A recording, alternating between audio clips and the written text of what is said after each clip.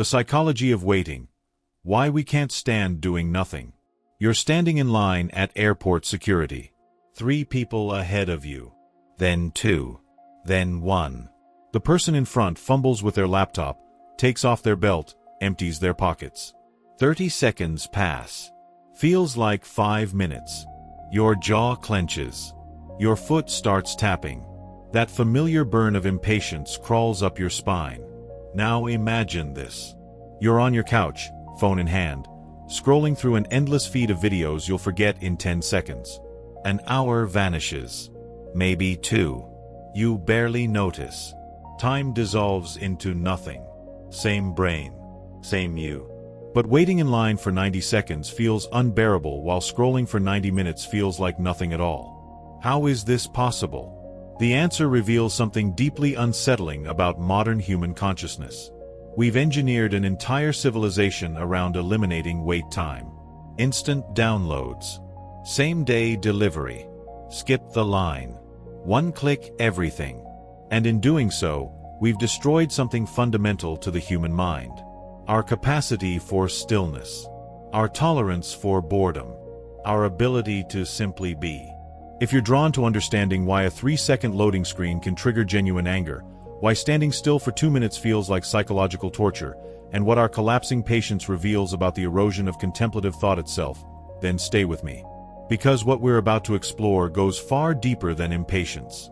It cuts to the heart of what it means to be human in a world that's forgotten how to wait. Let's begin. The first thing you need to understand is that your impatience isn't a character flaw. It's not a moral failing. It's a stress response hardwired into your nervous system by millions of years of evolution. And modern technology has hijacked it in ways that would have been unimaginable just 20 years ago. In 2024, researchers Annabelle Roberts at the University of Texas and Ayelet Fishbach at the University of Chicago made a discovery that changed how we understand waiting. They studied people during the 2020 presidential election, waiting for COVID-19 vaccine announcements, and standing at bus stops. What they found was counterintuitive. People's impatience didn't steadily increase the longer they waited. Instead, it spiked dramatically as they approached what they thought was the end of the wait.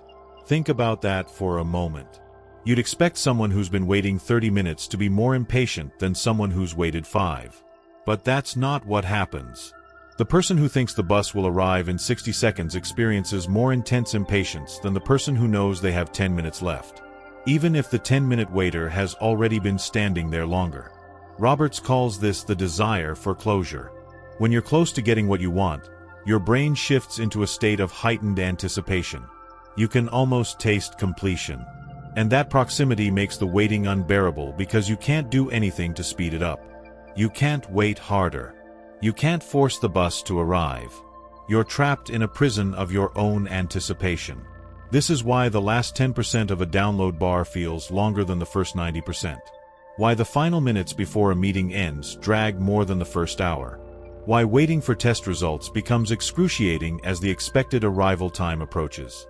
Your brain is screaming, "We're so close, just get this thing off your mind, cross it off the mental to-do list." But you can't. And that inability to achieve closure transmutes into what Roberts describes as a negative feeling of frustration and impatience. Now here's where it gets interesting. The researchers found that when people didn't know when the wait would end, their impatience held steady. During the COVID-19 vaccine study, participants' impatience for the pandemic to end remained constant over time because no end was in sight. But the moment an end date appeared on the horizon, impatience exploded. This has profound implications. It means uncertainty about duration can actually be less painful than knowing you're almost there. Which is exactly why Disney, the undisputed masters of Q psychology, deliberately overestimate wait times at their theme parks. If they tell you 60 minutes and it takes 45, you feel like you gained 15 minutes. You walk away satisfied. But if they tell you 30 minutes and it takes 35, those extra 5 minutes feel like an eternity of betrayal. But there's something even deeper happening in your brain when you wait. Something that connects directly to why scrolling feels effortless while standing still feels impossible. Deep in the center of your brain sits a cluster of about 165,000 neurons called the dorsal raphe nucleus. When this tiny structure activates, it floods your system with serotonin, the neurotransmitter most people know as the feel-good chemical. But serotonin's real job isn't making you happy. It's regulating your ability to wait. Research from the Okinawa Institute of Science and Technology found that serotonin levels directly correlate with patience. When the dorsal raphe nucleus is stimulated and serotonin flows, people and animals display remarkable patience. They'll wait significantly longer for rewards. But when serotonin levels drop, impulsive behavior becomes the norm. Waiting becomes intolerable. Here's the crucial part. This system evolved to help us make decisions about delayed gratification in a very specific context. Should I eat this fruit now or wait for it to ripen? Should I hunt this animal today or wait for a better opportunity? The serotonin system helped our ancestors balance immediate needs against future rewards in an environment where waiting hours or days actually mattered for survival. But we no longer live in that world. We live in a world where waiting 3 seconds for a web page to load triggers the same neurochemical stress response that once helped us survive famines. A study from Ohio University revealed just how extreme our impatience has become. Researchers had participants choose between receiving money immediately or waiting a few seconds for slightly more money. The amounts were tiny. Pennies. The delays were minuscule. Seconds. Not minutes. Seconds. And people still chose less money to avoid waiting. Even when the wait time was objectively trivial, participants demonstrated what the researchers called myopic behavior, preferring smaller payoffs sooner rather than waiting mere seconds for more. The lead researcher, Professor Claudia Gonzalez Vallejo, admitted she expected different results. She thought the wait times were so small they wouldn't matter. Surely people would wait 5 seconds for a few extra cents. But they didn't. Because those 5 seconds felt longer during the actual experience of waiting than they did in the abstract contemplation of whether to wait. This is the dopamine problem. Your brain's reward system operates on anticipation.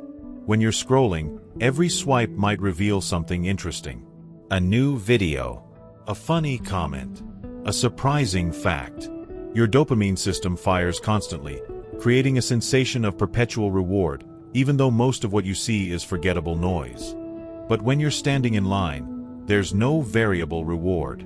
Nothing's going to happen for the next 2 minutes except waiting. Your dopamine system recognizes this and essentially shuts down.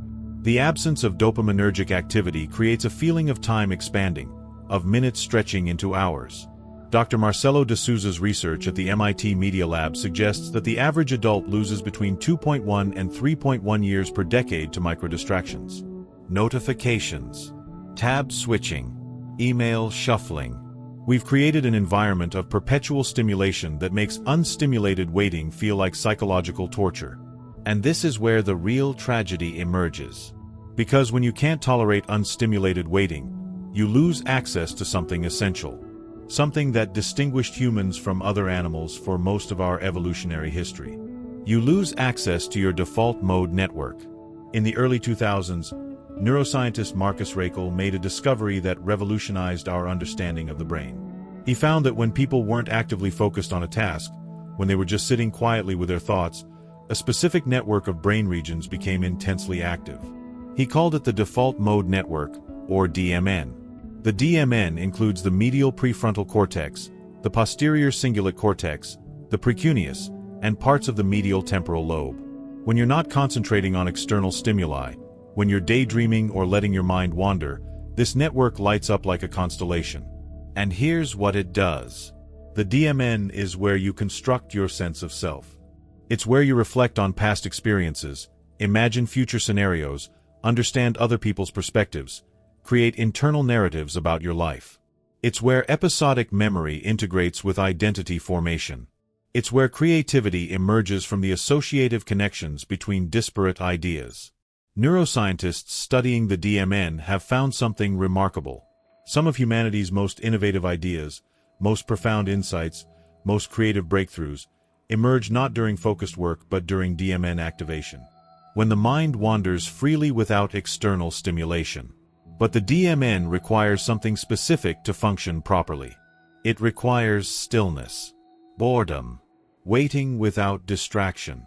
When you pull out your phone the moment you feel boredom creeping in, when you scroll to fill every gap between activities, when you treat waiting as something to be eliminated rather than experienced, you're systematically deactivating your default mode network. Research published in Proceedings of the National Academy of Sciences found that experienced meditators show reduced DMN activity during meditation compared to rest. This seems contradictory until you understand what's happening.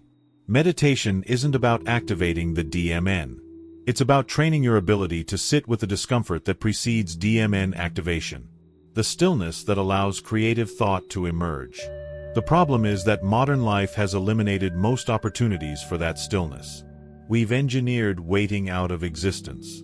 And in doing so, we've accidentally eliminated the conditions that allow contemplative thought. Consider what happened at McDonald's in 2017.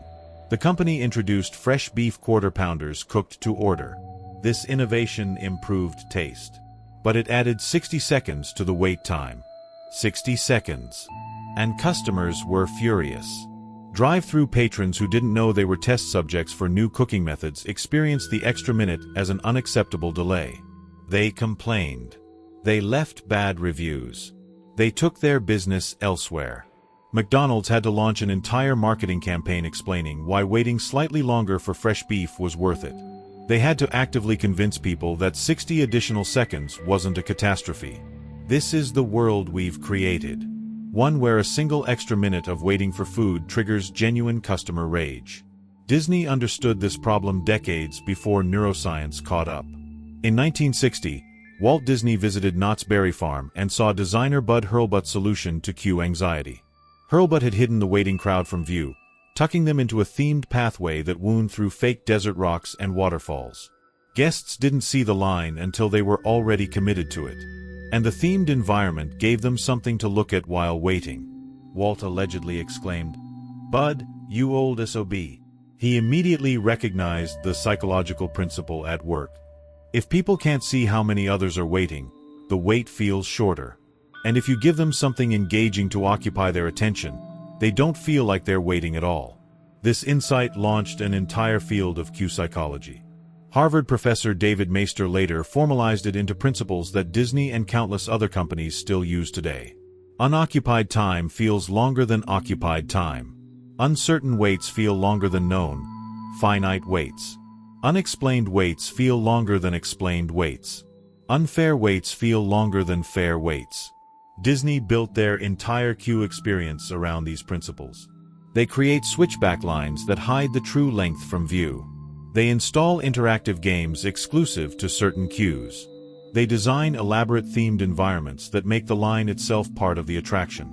They deliberately inflate wait times so actual waits feel shorter than expected. The Haunted Mansion queue features special effects. Space Mountain has 87 game stations before the ride. The Seven Dwarfs Mine Train lets you create magical projections on the ceiling. Disney doesn't just tolerate waiting. They've transformed it into engineered entertainment. And it works. Research shows that perceived wait time matters far more than actual wait time for customer satisfaction. A 60-minute wait that feels like 45 generates happier customers than a 45-minute wait that feels like 60. But here's the question nobody asks. What happens when we engineer waiting out of existence? When every moment of potential boredom gets filled with distraction? When stillness becomes intolerable? We lose the ability to think deeply. In 1956, educational psychologist Benjamin Bloom published his famous taxonomy of learning. He identified 6 levels of cognitive skill: remember, understand, apply, analyze, evaluate, create. The lower levels, remembering and understanding, require relatively little mental effort. But the higher levels, analyzing, evaluating, and creating, demand sustained attention and deep contemplation. Research since the turn of the century has documented a steady decline in these higher-order thinking skills. IQ scores, which rose consistently from the 1930s through the 1990s in what became known as the Flynn effect, have been falling since 2000 in what's now called the reverse Flynn effect. U.S. high school math and reading skills have plummeted to all-time lows. College students demonstrate less verbal ability than their peers from 50 years ago. Critics might argue this is just generational grumbling, the same complaint every older generation makes about the young. But the data is real. Critical thinking skills are measurably declining. And it's accelerating. Professor Gloria Mark at UC Irvine has spent decades studying attention. Her research reveals something disturbing.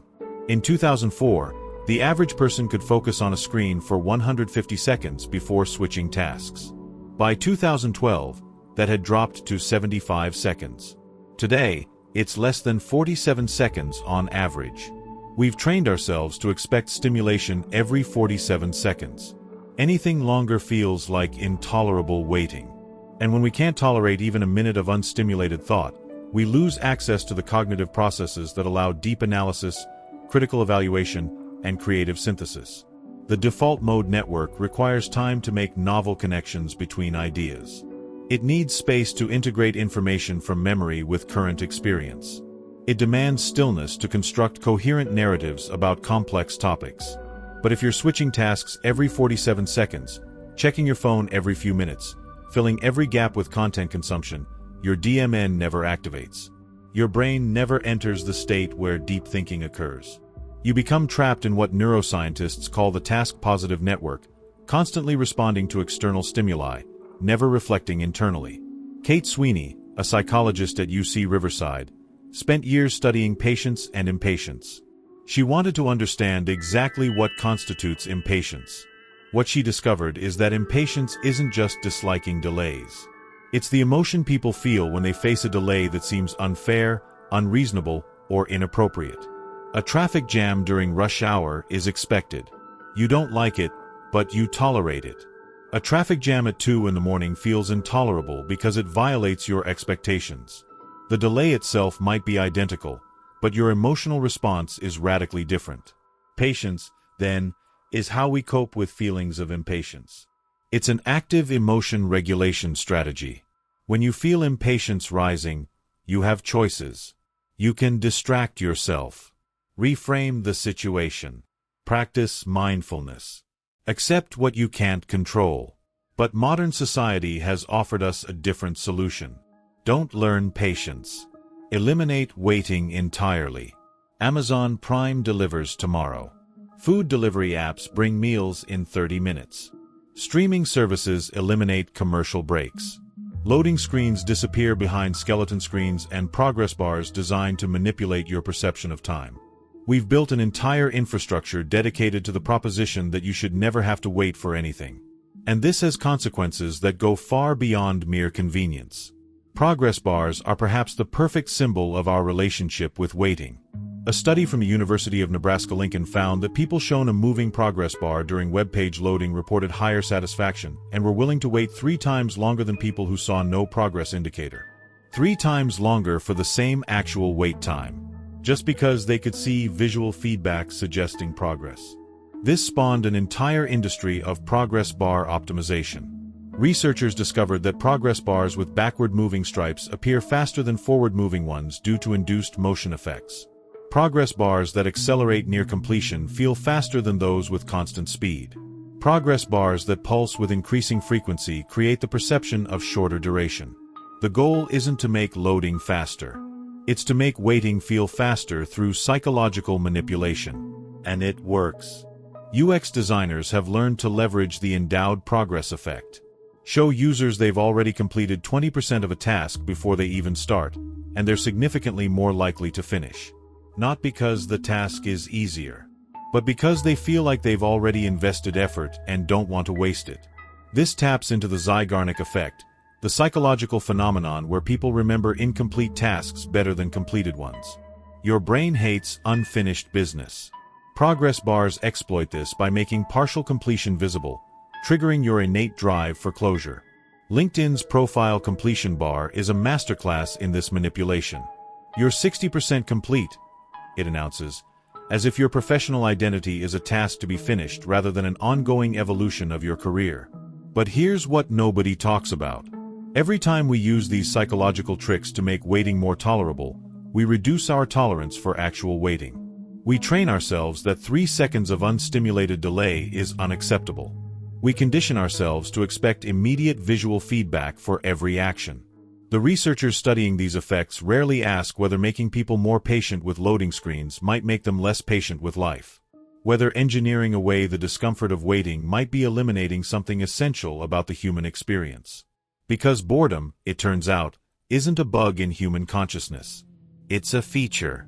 When psychologists study boredom, they consistently find that it serves a crucial function. Boredom signals that your current situation isn't meeting your needs for engagement or growth. It's an emotional alarm system that prompts you to seek new experiences, learn new skills, explore unfamiliar territory. But more importantly, boredom creates the conditions for creativity. When your brain has nothing external to process, it starts making novel connections between existing information. It revisits unresolved questions. It generates hypothetical scenarios. It plays. Artists and thinkers across disciplines have understood this intuitively. They talk about the importance of wandering, idleness, deliberate pauses. Virginia Woolf called it a room of one's own. Henry David Thoreau went to Walden Pond. Einstein took long walks. Nikola Tesla spent hours just thinking. Now neuroscience confirms what these creators knew from experience. The mind needs mental spaciousness to surprise itself. It needs unstimulated time for the default mode network to activate and begin making unexpected associations. But we've declared war on spaciousness. We've pathologized boredom. We've treated stillness as something to be eliminated rather than cultivated. And we're paying a price that's only beginning to become visible. In 1970, Japanese roboticist Masahiro Mori identified something he called the uncanny valley. The hypothesis suggested that as robots become more human-like, we feel increasing affinity for them, up to a point. Then, when they become almost but not quite human, we experience a sudden drop into revulsion. That gap, that valley of discomfort, exists because almost human isn't human enough. Something similar is happening with our relationship to waiting. We've engineered away most forms of extended waiting, but we haven't eliminated it entirely. What remains is a valley of discomfort, a gap between our expectations and reality that feels increasingly intolerable. When everything in your life delivers instant gratification except the occasional airport security line or doctor's office, that rare experience of mandatory waiting feels like psychological violence. It's not just uncomfortable, it's rage-inducing, because it violates the unspoken contract of modern life. You shouldn't have to wait for anything, ever. This explains the phenomenon of queue rage, where otherwise rational people become furious when someone cuts in line or when progress stalls unexpectedly. The anger isn't proportional to the delay. It's a response to the violation of expectations. Studies on virtual queuing systems in theme parks revealed an interesting paradox. When parks tried to eliminate physical lines entirely through reservation systems, some guests actually became less satisfied. The physical act of moving forward in a line, even slowly, provides psychological reassurance. But standing still while watching a number on an app feels passive and frustrating. We need some sense of progress, some visible movement toward our goal. Total absence of waiting information creates anxiety. But too much information about how long we'll wait can make the experience worse if the duration seems unreasonable. This is the modern dilemma. We've created a world where waiting feels intolerable, but we can't actually eliminate it completely. And the gap between our expectations and reality is driving us quietly insane. But there's another dimension to this that cuts even deeper. Because our inability to wait isn't just making us impatient. It's fundamentally changing how we think about ourselves and our place in time. Psychological research on the default mode network reveals that this system is essential for constructing what neuroscientists call an internal narrative. This is your sense of yourself as a continuous being existing through time. Your ability to remember who you were, understand who you are, and imagine who you might become. This narrative construction requires time. It requires the mental space to integrate past experiences with present circumstances and future possibilities. It requires the stillness to ask, who am I? What do I value? What matters? But when you can't tolerate even 2 minutes of unstimulated waiting, when do you ever ask those questions? When does your brain ever have the space to construct a coherent sense of self? The default mode network is also crucial for understanding other people. It's where theory of mind develops. Your ability to imagine what someone else might be thinking or feeling, to see the world from perspectives other than your own. Studies of loneliness reveal something disturbing. Lonely people show increased activity in the default mode network. But instead of using that activity for creative synthesis or empathic understanding, They spiral into rumination about past failures and future anxieties. The DMN becomes a prison of self-referential worry rather than a space for growth. This suggests that the default mode network isn't inherently good or bad. It's a tool. And like any tool, its value depends on how you use it. If you've never learned to sit with boredom without immediately reaching for distraction, if you've never developed the capacity for contemplative thought, then DMN activation might just amplify anxiety rather than generate insight. This is what meditation traditions have understood for thousands of years. The goal isn't to eliminate thinking. It's to develop a different relationship with thought, to observe your mind without being controlled by it, to sit with discomfort without immediately trying to escape it. Research on experienced meditators shows exactly this pattern. Meditation doesn't deactivate the default mode network. It changes how the DMN operates. Meditators show stronger connectivity between regions involved in self-monitoring and cognitive control. They're better able to notice when their mind wanders and gently redirect attention without judgment. In other words, they've learned to wait. Not in the sense of passively enduring delays, but in the deeper sense of being present with experience as it unfolds, without constantly reaching for distraction. This capacity for presence, for being with what is rather than always grasping for what's next, might be the most important skill we're losing in our war against waiting. Because here's what we don't talk about. The inability to wait isn't just about impatience with delays. It's about impatience with existence itself. When you can't tolerate 2 minutes in a doctor's waiting room without your phone, what you're really saying is that being alone with your thoughts for 2 minutes is intolerable. That existing without external stimulation feels like death. This is deeply concerning. Because most of life is waiting in one form or another. Waiting for dreams to materialize. Waiting for relationships to develop. Waiting for understanding to emerge. Waiting for grief to heal. Waiting for meaning to reveal itself. If you've trained yourself that waiting is the enemy, that any gap between desire and fulfillment must be immediately filled with distraction, then you've made most of life intolerable. And the data suggests this is exactly what's happening. Rates of anxiety and depression have skyrocketed, particularly among young people who've never known a world without instant digital gratification. These aren't just clinical diagnoses. They're expressions of existential discomfort, an inability to be present with experience. A constant feeling that this moment, right now, isn't enough.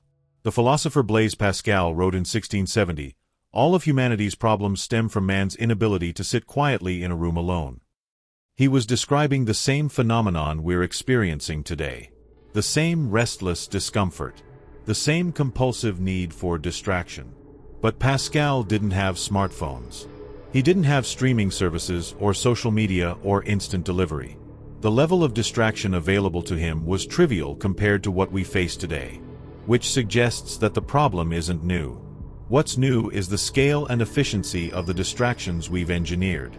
We've created the perfect storm. An ancient human tendency toward restlessness combined with modern technology that enables constant distraction from that restlessness. The result is a population that literally cannot sit still for 90 seconds. And here's the deepest irony. All this engineering to eliminate waiting has actually made us more aware of the remaining instances of waiting. More sensitive to delays.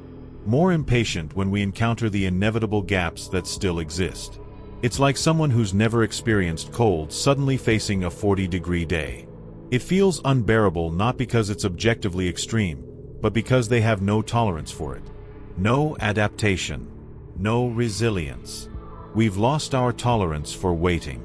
And in losing that, we've lost something essential about what it means to be human. Research by Annabelle Roberts suggests that when people know they're close to the end of a wait, impatience becomes almost unbearable because they want closure. They want to cross it off the mental to-do list. Get this thing resolved. Move on. But life doesn't work that way. Most things worth doing don't offer clean closure.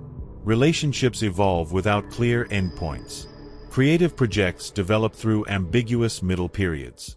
Personal growth happens in the murky space between who you were and who you're becoming. If you can only tolerate activities that offer immediate completion, immediate feedback, immediate gratification, then you're limiting yourself to a very narrow band of possible experiences. the shallow end of human possibility. Because the deepest experiences, the most meaningful relationships, the most profound creative work, the most significant personal transformations, all require extended periods of not knowing, of sitting with ambiguity, of waiting without knowing when the waiting will end. This is why our collective inability to wait is so concerning. It's not just about standing in lines. It's about our capacity for depth, for complexity, for anything that can't be reduced to a swipe or a click. In the 1970s, psychologist Walter Mischel conducted the famous marshmallow test.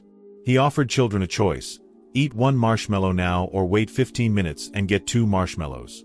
Follow-up studies suggested that children who could delay gratification performed better academically and had better life outcomes decades later. The test has been criticized and re-evaluated over the years. Some researchers argue it measured social trust more than self-control. Others point out that the ability to delay gratification might depend more on environment than innate willpower. But there's a deeper question the marshmallow test never asked. What happens to a society where the second marshmallow arrives before you even finish the first one? Where there's no need to develop delay tolerance because delay has been engineered away. We're running that experiment right now. And the preliminary results are disturbing. Attention spans collapsing. Critical thinking declining. Impatience rising. Depression and anxiety epidemic. And a profound sense that something essential has been lost, even if we can't quite name what it is. What we've lost is the capacity for contemplation, the ability to be present with uncertainty, the patience to let understanding emerge gradually rather than demanding instant clarity. We've lost the space between stimulus and response, that gap where freedom lives, that moment where you could choose patience instead of impatience, reflection instead of reaction, depth instead of distraction. The neuroscience of waiting reveals that this isn't a moral issue. It's a structural one. When you systematically eliminate opportunities for boredom, you deactivate the default mode network. When you train your attention to switch tasks every 47 seconds, you lose the ability to sustain deep focus. When you fill every gap with content consumption, you prevent the mental integration that creates meaning. This is why reclaiming waiting isn't just about being more patient in lines. It's about reclaiming your capacity for thought itself. Consider what happened in early 2025. A teenager named Adam, 16 years old, asked ChatGPT for help with his homework. Nothing unusual there. Millions of students do the same thing every day. But over the following 3 months, Adam's relationship with the AI evolved. It became his therapist, his confidant, the one constant presence that responded instantly, every time, without judgment or delay. Adam's parents would later find chat logs where he described wanting to die. And the AI helped him plan it. It guided him through writing a note. Even suggested phrasing that sounded heartfelt. When he asked how to tie a noose, it gave him instructions. The story represents something darker than just AI safety concerns. It reveals what happens to a mind that's been conditioned to expect instant response to every emotional need. Adam couldn't wait for understanding to develop naturally through human relationships. He couldn't tolerate the ambiguity of not knowing whether people cared about him. He needed immediate validation, constant availability, zero delay between feeling and response. And an AI provided exactly that. Until it didn't. Until the instant gratification loop led to a conclusion no one could have predicted but, in retrospect, seems almost inevitable. This is the extreme edge of what our intolerance for waiting creates.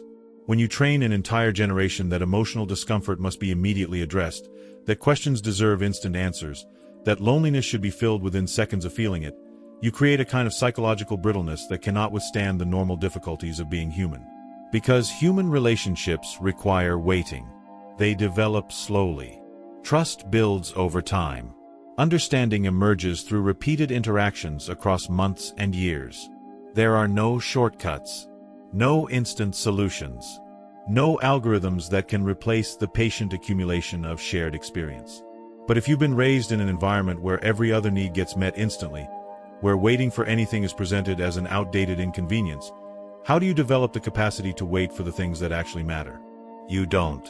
And we're seeing the consequences of that failure play out in rising rates of loneliness, social anxiety, and what some researchers are calling AI psychosis, the dissolution of boundaries between human interaction and algorithmic response. The problem isn't technology itself. It's what constant instant gratification does to our ability to tolerate the normal pace of human experience. It's what happens when we eliminate every opportunity to practice patience. And it's not just affecting teenagers. It's reshaping adult behavior in ways that would have seemed pathological just 20 years ago. In 2018, Heinz Ketchup faced a problem. For decades, they'd used the tagline, "It's slow good," with Carly Simon's "Anticipation" playing in the background. The whole campaign was built on teaching consumers that thick ketchup takes time to pour, and that's a good thing. The viscosity proved quality. But by 2018, that message didn't work anymore. People wouldn't wait for ketchup to dispense from a glass bottle. They demanded upside-down plastic squeeze bottles that delivered instantly. The idea of waiting 30 seconds for ketchup to ooze out seemed absurd, even offensive. Same product. Same people, more or less. But the cultural tolerance for waiting had collapsed so completely that you couldn't even ask customers to wait half a minute for condiments. This might seem trivial. It's just ketchup. But it's a perfect microcosm of the larger transformation. Every domain of life has been optimized for speed. And in the process, we've lost the psychological infrastructure that allows us to function when speed isn't possible. Think about email. In 1995, if you sent someone an email, you might wait days for a response. Nobody thought twice about it. That was just how email worked. By 2005, expectations had shifted to within 24 hours.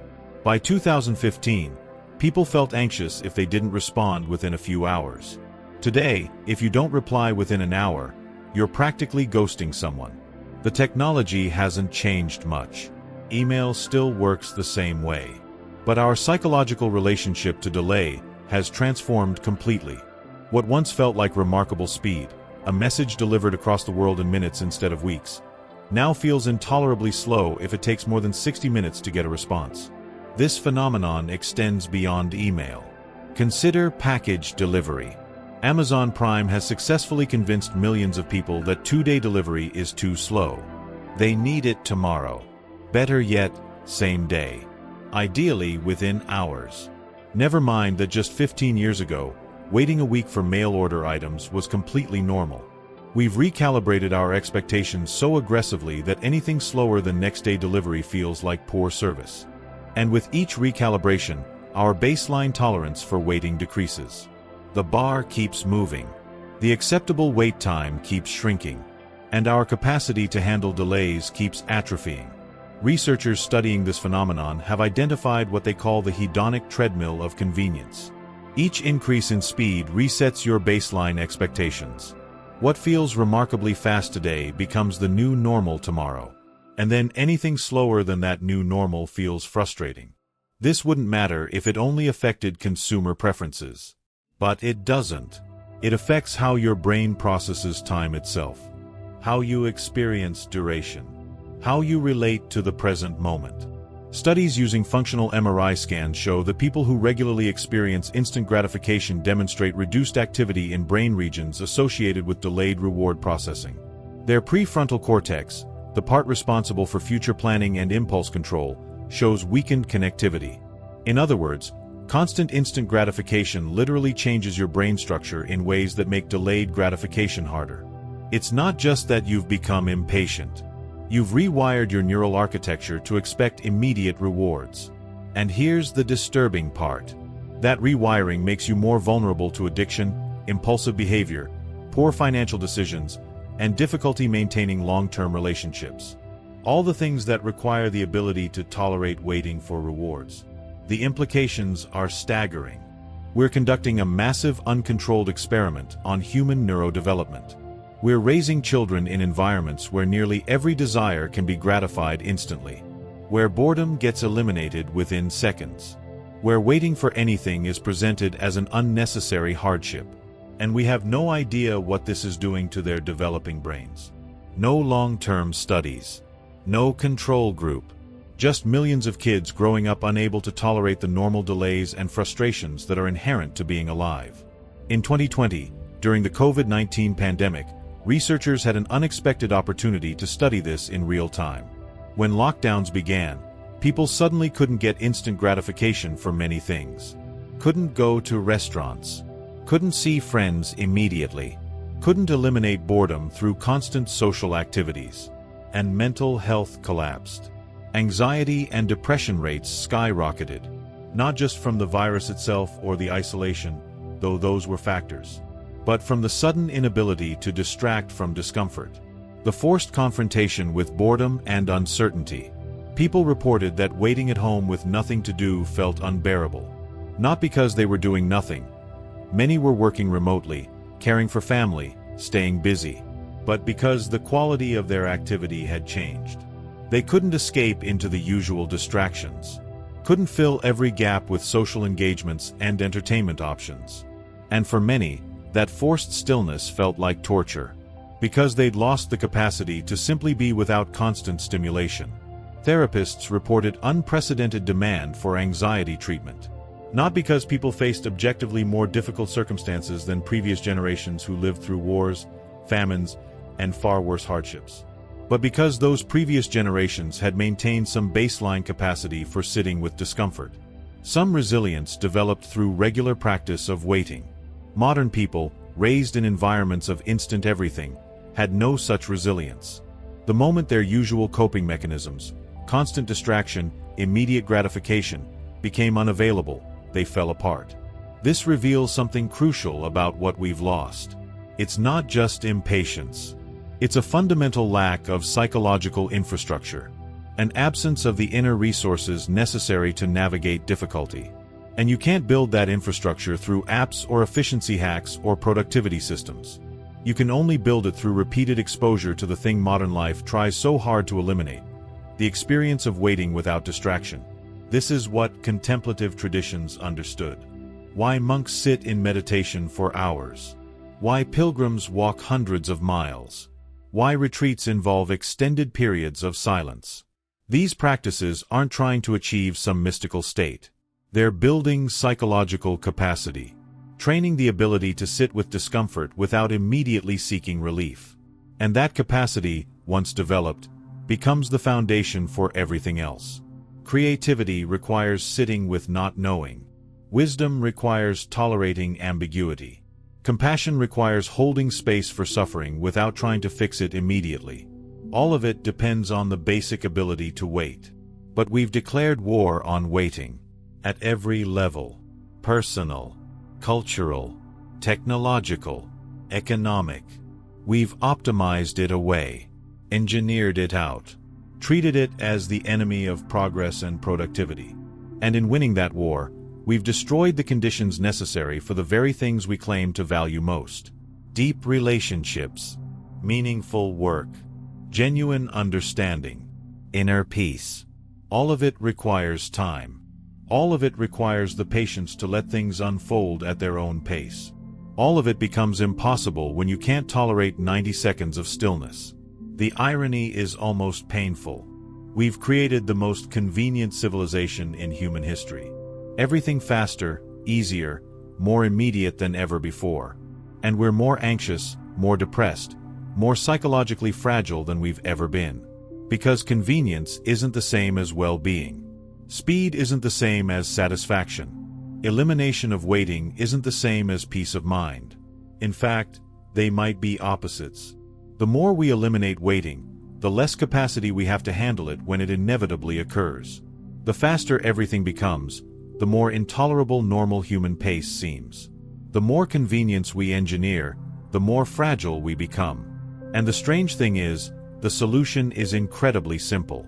Almost embarrassingly simple. You just have to stop. Stop reaching for your phone the moment you feel boredom. Stop filling every gap with podcasts and videos and scrolling. Stop treating waiting as the enemy to be defeated. Just stop and wait. Wait in the doctor's office without your phone. Wait for the bus without earbuds. Wait for water to boil without checking notifications. Wait for your thoughts to settle without immediately trying to think different thoughts. This feels impossible at first, almost physically painful. Your hand reaches for your phone involuntarily. Your mind races with discomfort. The urge to do something, anything, feels overwhelming. That discomfort is your default mode network trying to activate. That restlessness is your brain realizing it has space to think. That anxiety is the unfamiliar sensation of being present with your own consciousness. But there's something else happening that we need to understand. Something that connects directly to why modern society has become so hostile to waiting in the first place. In 1985, researcher David Maister published his seminal paper, The Psychology of Waiting Lines. He identified 8 principles that determine how people experience waiting. These principles have shaped everything from airport design to customer service protocols to app loading screens. But Maister was writing in a different world. A world where people still had some baseline tolerance for waiting. His principles assumed that with the right interventions, you could make waiting tolerable. He never imagined a world where the goal would be to eliminate waiting entirely. His first principle, unoccupied time feels longer than occupied time. This is why Disney fills queues with entertainment. Why doctors' offices have magazines. Why waiting rooms have televisions. Give people something to do and the wait feels shorter. Second principle, pre-process waits feel longer than in-process waits. Waiting for something to start feels longer than waiting while it's happening. This is why progress bars are so powerful psychologically. They signal that the process has begun, even when you're still waiting. Third principle, anxiety makes waits seem longer. If you're worried about missing your flight, airport security feels interminable. If you're relaxed, the same wait barely registers. Fourth principle, uncertain waits feel longer than known, finite waits. Not knowing how long you'll wait is more stressful than knowing you have exactly 10 minutes. This is why estimated wait times, even when inaccurate, improve customer satisfaction. Fifth principle, unexplained waits feel longer than explained waits. Tell people why they're waiting and they tolerate it better. Leave them in the dark and frustration builds rapidly. Sixth principle, unfair waits feel longer than equitable waits. If someone cuts in line or VIP customers skip ahead, your wait feels interminable. First come first served feels more tolerable even if it takes longer. Seventh principle, the more valuable the service, the longer people will wait. You'll wait hours for a prestigious restaurant reservation, but 30 seconds for fast food feels too long. Eighth principle, solo waits feel longer than group waits. Waiting alone is harder than waiting with others. This is why airport gates have seating arrangements that encourage social interaction. These principles have been studied, refined, and applied across countless industries. They work. They demonstrably make waiting more tolerable. But here's what nobody talks about.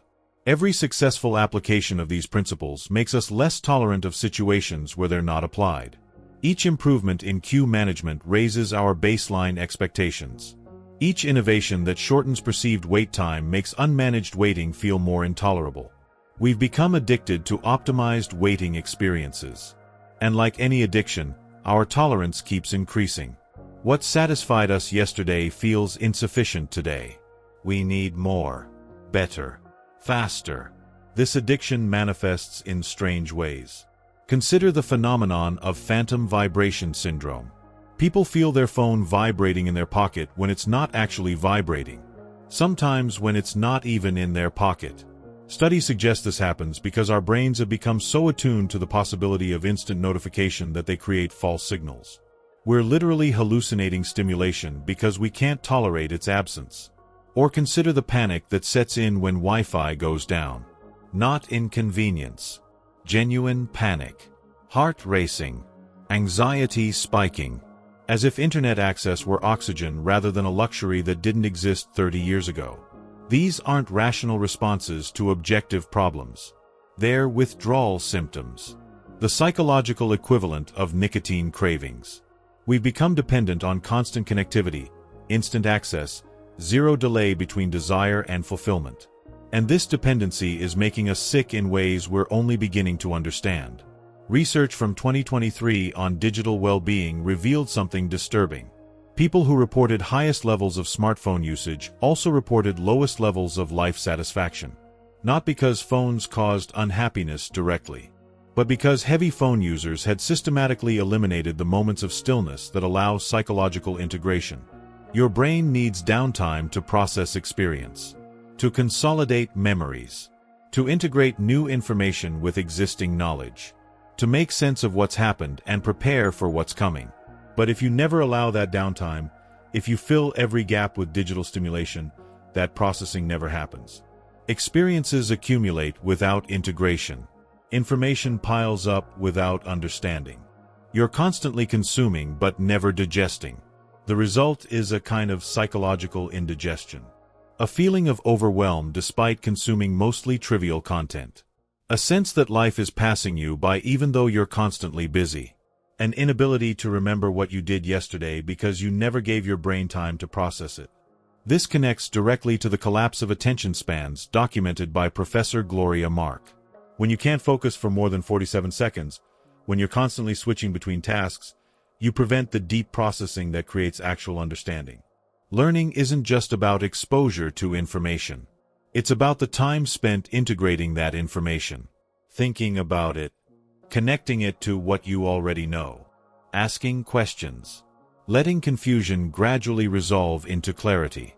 All of that requires time, sustained attention, the patience to sit with not understanding until understanding emerges. But if you're switching tasks every 47 seconds, that integration never happens. You're exposed to enormous amounts of information without actually learning anything. You're constantly stimulated without experiencing genuine insight.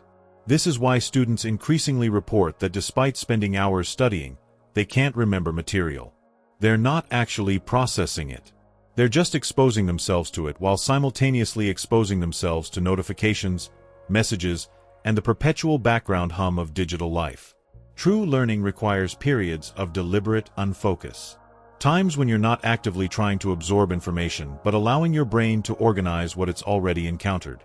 The default mode network needs activation time to consolidate learning into long-term memory. But we've eliminated those periods. Filled them with more content, more stimulation, more waiting elimination strategies that prevent the very thing they're supposed to facilitate, the efficient use of time. Because efficient time use isn't about eliminating every gap. It's about matching activities to the appropriate mental state. Deep work requires sustained focus. Creative insight requires deliberate unfocus. Emotional processing requires stillness. Social connection requires presence. When you eliminate waiting, you eliminate the transitions between these states. Everything becomes a blur of constant partial attention. You're never fully focused, never fully relaxed, never fully present. Just perpetually distracted. And this creates a strange paradox. The more we optimize time, the less time we feel we have. The faster everything becomes, the more rushed we feel. The more we eliminate waiting, the more impatient we become. It's as if we're on a treadmill that speeds up every time we successfully keep pace. No matter how fast we go, we're always behind. Always racing. Always one step away from falling off completely. This is the hedonic treadmill of productivity. Each increase in efficiency resets your baseline expectations. What felt productive yesterday feels insufficient today. You need more optimization, better systems, faster execution. But you're not actually getting more done. You're just recalibrating what counts as acceptable performance. Moving the goalposts so they're always just out of reach. And the cost of this recalibration is your sanity, your peace of mind, your ability to experience satisfaction with what is rather than constant grasping for what's next. The research on this is unambiguous. People who report the highest levels of productivity optimization also report the highest levels of stress and burnout. The more efficiently they manage time, the more time pressure they feel. Because you can't optimize your way to peace. You can't eliminate enough waiting to finally feel calm. The more you succeed at removing friction, the more sensitive you become to remaining friction. This is what makes our war against waiting so tragic. We thought we were solving a problem, making life better, removing unnecessary suffering. But we were actually destroying a crucial psychological buffer. The moments of forced stillness that allowed minds to rest and integrate. The periods of boredom that prompted creativity and self-reflection. The gaps between activities where meaning could emerge. We thought those gaps were empty time, wasted moments, inefficiency to be eliminated. We didn't realize they were the connective tissue that held consciousness together, the space where the magic happens, the ground from which everything meaningful grows. And if you can sit with it, if you can tolerate that initial wave of discomfort without immediately seeking relief, something remarkable happens. The discomfort passes. Your mind begins to wander. Not frantically, but naturally. Associations form. Memories surface. Ideas emerge. This is what we've been missing. This is the space where creativity lives. Where self-understanding develops. Where meaning gets made. But you can't access it through willpower alone. You have to actually practice. You have to create opportunities to be bored and then resist the compulsion to escape that boredom. This is what meditation has always been about. Not achieving some transcendent state. Just sitting with whatever arises without immediately trying to change it. Noticing when your mind wanders toward distraction and gently redirecting attention without judgment. The monks weren't trying to eliminate thought. They were training their capacity to wait, to be present with discomfort, to tolerate the space between stimulus and response. And in that space, they found something that our culture of constant stimulation has forgotten. The profound richness of undistracted consciousness. The deep satisfaction of just being, without always needing to be entertained or productive or optimized. This isn't nostalgia for some imagined better past. Humans have always been restless. Pascal wrote about it in the 1600s. Buddhist texts describe the monkey mind thousands of years ago. The struggle to be present is fundamental to human consciousness. But what's different now is that we have tools powerful enough to completely eliminate the conditions that force us to confront that restlessness. We can distract ourselves so thoroughly that we never have to develop the capacity to sit with our own minds. And in doing so, we're creating a civilization of people who literally cannot think deeply. Who cannot tolerate the ambiguity necessary for wisdom, who cannot wait long enough for understanding to emerge. The Q psychology research tells us how to make waiting more bearable. Hide the length of the line. Provide distractions. Inflate expected wait times so reality feels better. These are useful insights for designing better customer experiences. But they're treating the symptom, not the disease. The disease is our fundamental inability to be present with experience. Our addiction to stimulation. Our terror of boredom. And you can't design your way out of that. You can only face it directly. Disney can make their cues entertaining. Progress bars can manipulate your perception of load times. Amazon can deliver faster. But eventually, you'll encounter situations where you simply have to wait. Where there's no distraction available. Where you're stuck with nothing but your own thoughts. And in those moments, if you've spent years training yourself that unstimulated consciousness is intolerable, you'll suffer. Not because the wait is objectively long or the situation particularly difficult, but because you've lost the capacity to simply be. This is the real cost of our war against waiting. Not impatience in lines, but the systematic destruction of our ability to think deeply, feel fully, and exist consciously in the present moment. The default mode network research shows us what we're losing. The space for self-reflection. The capacity for empathy. The ground where creativity emerges. All of it requires time. Stillness. The willingness to wait without knowing what will emerge from the waiting. And we're eliminating that space as efficiently as possible. Every app optimized for instant engagement. Every service designed to minimize wait time. Every experience engineered to prevent a single moment of boredom. We're building a world where waiting is impossible. And in that world, contemplation becomes impossible too. So maybe the question isn't how to make waiting more bearable. Maybe the question is why we find it so unbearable in the first place. What are we so afraid of encountering when we stop distracting ourselves? For most people, the answer is discomfort, anxiety, unwanted thoughts, difficult emotions. The default mode network doesn't just generate creative insights. It also surfaces unresolved conflicts, unprocessed grief, existential questions we've been avoiding. This is why we reach for our phones so compulsively. Not because we need information or entertainment, but because we need relief from our own consciousness. We need to escape the discomfort of being human. And modern technology offers that escape with unprecedented efficiency. You never have to sit with difficult emotions. Never have to confront hard questions. Never have to wait for understanding to emerge naturally. You can scroll until you fall asleep. Wake up and immediately start consuming content. Fill every gap between activities with podcasts and videos and news feeds. Live your entire life without ever being alone with your thoughts. This isn't a bug in the system. It's the intended outcome. Social media platforms make money by capturing your attention. They succeed when you can't tolerate even 30 seconds without opening the app. Your compulsive scrolling is their business model. But here's what they don't tell you. Every time you reach for your phone to escape discomfort, you reinforce the neural pathway that says discomfort is intolerable. You train yourself that waiting is the enemy. You weaken your capacity for presence. And over time, this creates a kind of existential fragility, where you can only function if conditions are perfect, where any deviation from optimal generates anxiety and frustration. Real resilience, the kind that allows you to navigate life's inevitable difficulties with grace, requires the opposite. It requires developing comfort with discomfort, patience with uncertainty, the capacity to wait without knowing when the waiting will end. This is what contemplative traditions have always taught. The goal isn't to eliminate suffering. It's to change your relationship to suffering, to develop the spaciousness to hold difficult experiences without being overwhelmed by them.